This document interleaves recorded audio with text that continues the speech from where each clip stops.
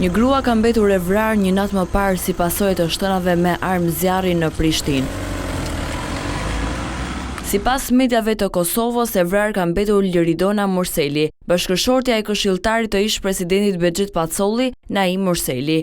Ngjarja ndodhi gjatë orëve të mbrëmjes, ku bashkëshortëve Murseli, të cilëve udhëtonin së bashku me 2 fëmijët e tyre, ju është bërë prit nga disa persona të maskuar dhe të armatosur. Grabicit u kanë marrë çiftit fillimisht celularët dhe sendet me vlerë. Më pas, sipas deklaratës së Naim Murselit, ai ka mundur të nxjerrë nga automjeti fëmijët e mitur, ndërsa gruaja që mbeti pas në makinë u qellua për vdekje. Rrethanat e ngjarjes janë bërë të ditura vetëm nga mediat, ndërsa prokuroria ka konfirmuar sot se dyshohet për grabitje me pasojë vdekjen.